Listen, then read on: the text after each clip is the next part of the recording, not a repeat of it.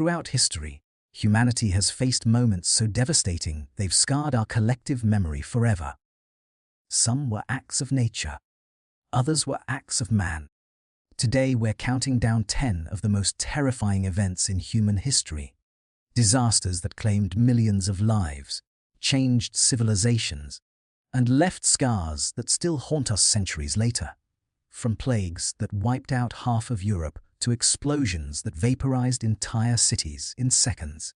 The Black Death. The year is 1347. Ships arrive at the port of Messina, Sicily.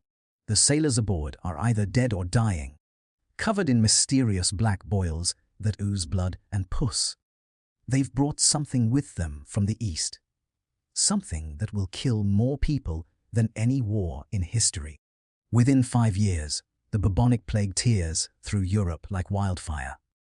Victims develop egg-sized swellings in their armpits and groin. Black spots appear on their skin from internal bleeding. Most die within days of showing symptoms. The smell of death fills every city. Bodies pile up faster than they can be buried.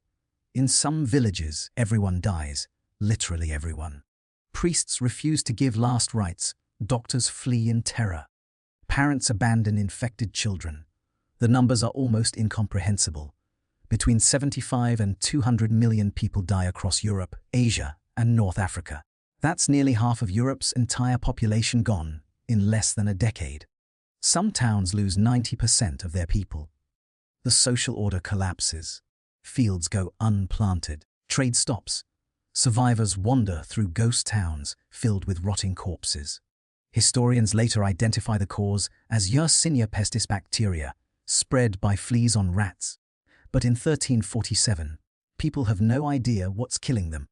They blame everything from bad air to divine punishment to Jewish conspirators. The terror comes not just from death, but from the complete inability to understand or stop it. The Black Death remains the deadliest pandemic in recorded history. The eruption of Mount Tambora, Indonesia, 1815. Mount Tambora has been rumbling for years, but nothing prepares the world for what happens on April 10th. The volcano explodes with a force equal to 800 megatons of TNT, the largest volcanic eruption in recorded history. The explosion is heard over funds 200 miles away. The eruption column reaches 28 miles into the atmosphere.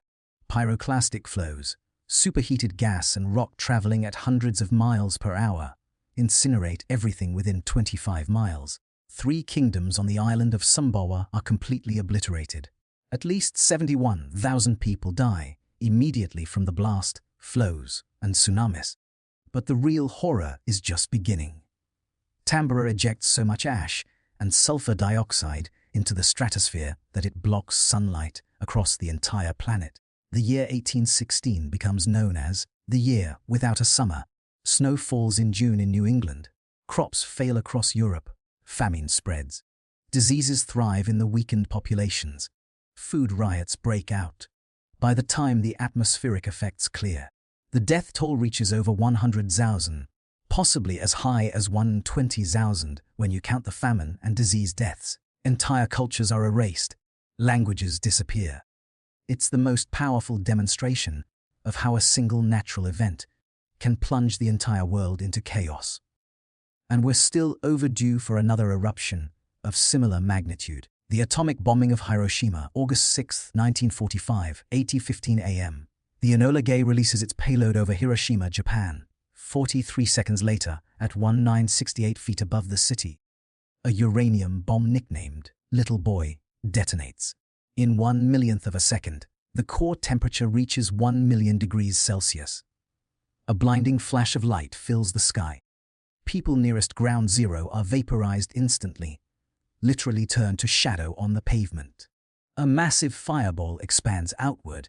The thermal radiation burns exposed skin up to 2.5 miles away. Then comes the blast wave, traveling at over 7,000 miles per hour, flattening everything within a mile radius. Survivors describe seeing a second sun appear in the sky. Birds ignite in mid-flight. Glass shards become deadly projectiles. People's eyes melt. Skin hangs from bodies in sheets. The fires merge into a firestorm that consumes 4.4 square miles. The mushroom cloud rises 40,000 feet into the air, visible for hundreds of miles. Approximately 70,000 to 80,000 people die instantly or within hours. By the end of 1945, the death toll reaches 140,000 as radiation sickness claims more victims. People die for months afterward, bleeding from every orifice, their hair falling out, their organs shutting down. The survivors, called hibakusha, develop cancers and illnesses for decades. For the first time in history, humanity has created a weapon capable of destroying itself.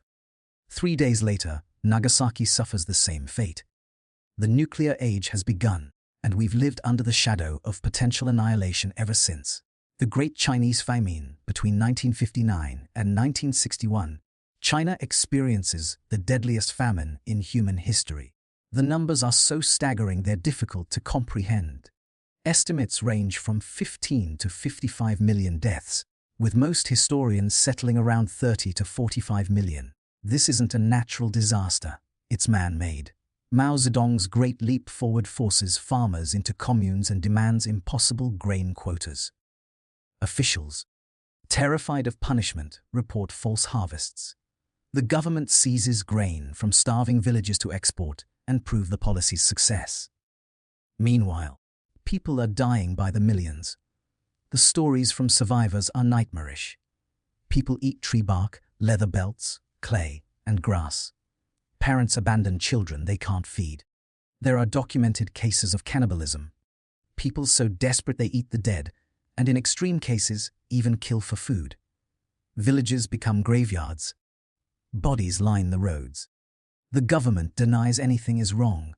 In some provinces, 30% of the population dies. Entire family lines are wiped out. The famine kills more people than World War I. But because it happens behind China's closed borders, the world barely knows it's occurring. Even today, discussing it openly in China remains sensitive. This is what makes it so terrifying. Not lightning or plague, but human policy creating mass death on an incomprehensible scale. And for decades afterward, the Chinese government refuses to acknowledge the true death toll or accept responsibility. The 1918 influenza pandemic, it starts in 1918, near the end of World War I. A deadly strain of influenza virus begins spreading through military camps and trenches. Within months, it circles the entire globe. By the time it burns out in 1920, the Spanish flu has infected 1/3 of the world's population and killed an estimated 50 to 100 million people, more than the war itself. What makes this flu terrifying is who it kills. Unlike typical flu strains that target the very young and very old, this one preferentially murders healthy young adults. Their strong immune systems trigger a cytokine storm, an overreaction that fills their lungs with fluid and drowns them from the inside. People wake up healthy and die by nightfall. Their skin turns blue from oxygen deprivation. Blood pours from their noses, ears, and eyes. Hospitals overflow. Morgues run out of space. Cities run out of coffins. Mass graves are dug with steam shovels. In Philadelphia, bodies stack up on porches because there aren't enough undertakers. Some communities lose 10% of their population in weeks. Public gatherings are banned. People wear gauze masks. Schools and theaters close. The virus comes in 3 waves, with the second wave in fall 1918 being the deadliest. In some Alaska villages, 90% of residents die. India loses between 12 and 17 million people. The pandemic kills more people in 24 weeks than AIDS killed in 24 years. And we still don't fully understand why it was so deadly. Scientists eventually recover viral samples from frozen corpses in Alaska and victims buried in permafrost. The fear today is that we could face something similar again, a flu that mutates just right to become a mass killer. Every flu season, epidemiologists watch nervously, knowing that the next pandemic is a matter of when, not if. The Tree State Tornado, March 18, 1925. At 1:00 p.m., a tornado touches down in Missouri. What happens next is meteorologically impossible, according to modern understanding, yet it happened. The tornado doesn't lift. It stays on the ground for 3.5 hours continuously, carving a path of destruction 219 miles long across Missouri, Illinois, and Indiana. It's the longest tracked tornado in history, and one of the deadliest. The funnel is 3/4 of a mile wide at points. It travels at speeds up to 73 miles per hour, so fast that people can't outrun it, and many don't even realize it's coming until it's too late. The town of Murfreesboro, Illinois, is hit hardest. The tornado arrives with almost no warning, no sirens, no weather radar, no Doppler. The sky just turns dark, and then everything explodes. Buildings disintegrate. A school collapses on students. People are thrown hundreds of feet. Debris becomes shrapnel traveling at over 300 miles per hour. In the end, 695 people are confirmed dead, with estimates potentially reaching 750. Over 2,000 are injured. 15,000 homes are destroyed. The tornado cuts through 19 communities, obliterating some completely. The town of Griffin, Indiana, simply ceases to exist. Bodies are found miles from where they died, stripped naked by the winds. What makes this event particularly terrifying is its unprecedented nature. It broke every known rule about tornadoes. Modern meteorologists study it and still can't fully explain how a single vortex could maintain its strength for 219 miles without weakening or lifting. If a similar tornado struck today, even with our warning systems, the death toll would still be catastrophic. Nature had shown its power to destroy with unstoppable, inexplicable force. The Bhopal gas tragedy, December 3, 1984, just after midnight. In Bhopal, India, a Union Carbide pesticide plant begins leaking methyl isocyanate gas, one of the most toxic substances ever manufactured. What follows is the worst industrial disaster in history. A storage tank containing 42 tons of the deadly chemical has overheated due to water contamination and poor maintenance. A safety valve ruptures. A toxic cloud, heavier than air, rolls through the sleeping city like an invisible wave of death. People wake up coughing, choking, their eyes burning. They run into the streets, gasping for air. They vomit. Their lungs fill with fluid. Thousands collapse and die within hours. The gas affects over 500,000 people. Hospitals are overwhelmed immediately. Doctors have no idea how to treat methyl isocyanate poisoning because Union Carbide refused to share information about the chemical's effects. People's eyes burn so badly they go blind. Lungs are permanently damaged. Women have spontaneous abortions. Animals drop dead in the streets. The official death toll is 3,787. But activists claim the real number is closer to 8,000 to 10,000 in the first 72 hours, with 25,000 dying from gas-related diseases over the following decades. An estimated 150,000 people suffer permanent injuries, blindness, breathing problems, neurological damage, genetic mutations. Union Carbide's CEO, Warren Anderson, visits the site and is briefly arrested, then released. He flees to America and never faces trial. The victims receive inadequate compensation, as little as $500 per death. The site remains contaminated to this day, with toxic chemicals still leaching into groundwater. This disaster proves that industrial negligence can be as deadly as any natural catastrophe. A corporation valued profit over safety, and an entire city paid the price. The victims are still dying. The eruption of Mount Vesuvius, August 24, 79 AD. Mount Vesuvius, dormant for centuries, awakens with catastrophic fury. The Roman cities of Pompeii and Herculaneum are directly in its path. What happens next is preserved in eerie detail, frozen in time by volcanic ash. The eruption begins around noon with a massive explosion that sends a column of pumice and ash 21 miles into the sky. Pompeii, just 5 miles away, is pelted with pumice stones. Roofs collapse under the weight. People try to flee, but the stones keep falling. By nightfall, pumice has buried the city's streets under several feet of debris. Then comes the real killer, pyroclastic surges.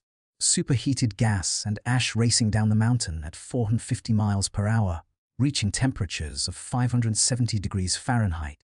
The first surge hits Herculaneum around midnight, instantly incinerating anyone still there.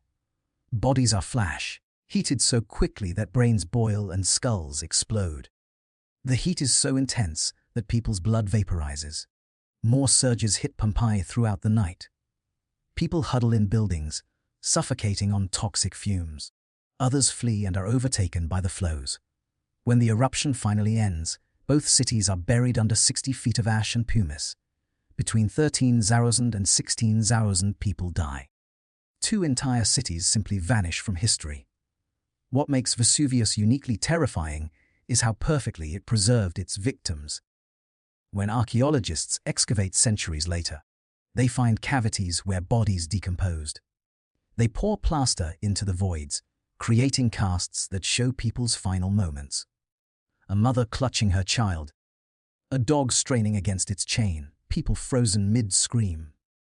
These aren't just statistics. They're humans, captured in their moment of death, warning us that the Earth itself can turn deadly in an instant. And Vesuvius is still active. The sinking of the Titanic, April 14, 1912, 11:40 p.m. The RMS Titanic, the largest and most luxurious ship ever built, is steaming through the North Atlantic at nearly full speed. The ship is deemed unsinkable by its builders. That claim is about to be proven tragically wrong. Lookout Frederick Fleet spots an iceberg directly ahead. He rings the warning bell 3 times and calls the bridge. The ship turns, but it's too late. The iceberg scrapes along the starboard side, opening a series of small gashes below the waterline. It seems minor at first. Most passengers don't even notice the collision. But the ship's designer immediately knows the truth. Titanic will sink, and there aren't enough lifeboats. The unsinkable ship has a fatal flaw. Its watertight compartments aren't actually watertight. Water can spill over from one to the next. As the boat sinks, the water progresses backward. The ship has 2 hours and 40 minutes before it's gone forever. And of the 224 people on board, the lifeboats can hold only 478. What follows is a study in class division, heroism, and horror. First-class passengers are loaded into lifeboats first.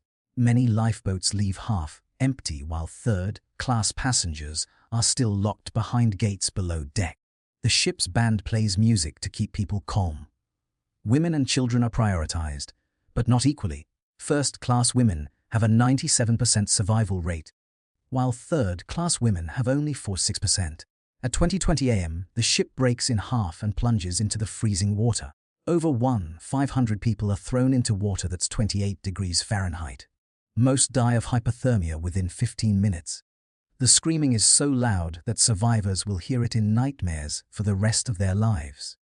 Then, slowly, the screaming stops. Bodies float in their life jackets, frozen in place. Only 7-10 people survive. The Titanic disaster shatters humanity's confidence in technological progress. We'd built something we believed nature couldn't destroy, and nature destroyed it in 3 hours. The wreck sits 12,500 feet below the surface, a mass grave that will never be recovered. The Great Galveston Hurricane, September 8, 1900. The city of Galveston, Texas, then the wealthiest city per capita in the United States, sits on a barrier island just 8 feet above sea level. A massive Category 4 hurricane is bearing down on it. Meteorologists know it's coming, but there's no way to warn everyone. No way to evacuate 37,000 people in time. The storm surge arrives like a wall of water 15 feet high. It crashes over the island and consumes everything. Houses are ripped from their foundations. Debris becomes battering rams that smash through other buildings. People climb to their roofs, then into their attics as water rises. But the roofs tear off. Families cling to floating wreckage. Children are torn from parents' arms and swept away into the churning brown water filled with debris, bodies, and destruction. Winds reach 145 miles per hour. The entire city is underwater. A 3-story orphanage collapses, drowning 90 children and 10 nuns who'd tied themselves to the children in a desperate attempt to keep them safe. They all drowned together. their bodies found still roped together days later. St. Mary's Cathedral is one of the few buildings left standing. Survivors cram inside, standing in water up to their necks, listening to the screams of people dying outside. When the storm finally passes, between 6,000 and 12,000 people are dead. The exact number will never be known because so many bodies are swept out to sea. It's the deadliest natural disaster in United States history. Bodies pile up so quickly in the heat that they begin to decompose within hours. The smell is overwhelming. They try to bury them at sea, but the corpses wash back to shore. Finally, they burn them in massive pyres that smolder for weeks. Galveston never fully recovers its status. The city builds a seawall afterward and raises the entire city's elevation, but the psychological scar remains. This was America's introduction to the true power of hurricanes, and a reminder that no matter how wealthy or advanced a city becomes, nature can erase it in a single day. These 10 events, separated by centuries and continents, share a common thread. They remind us how fragile human civilization truly is. Whether by nature's fury, human error, or deliberate cruelty, entire populations can be swept away in moments. Cities can vanish. Millions can die before we even understand what's happening. The Black Death taught us that invisible enemies are the most terrifying. Tambora showed us that a single volcano can darken the entire world. Hiroshima proved we've created weapons that can end civilization. The Chinese famine demonstrated that human policy can be deadlier than any plague. The Spanish flu revealed that microscopic viruses can kill more people than world wars. The Tri-State tornado showed that nature doesn't follow our rules. Bhopal proved that corporate negligence kills just as surely as bombs. Vesuvius captured death in ash.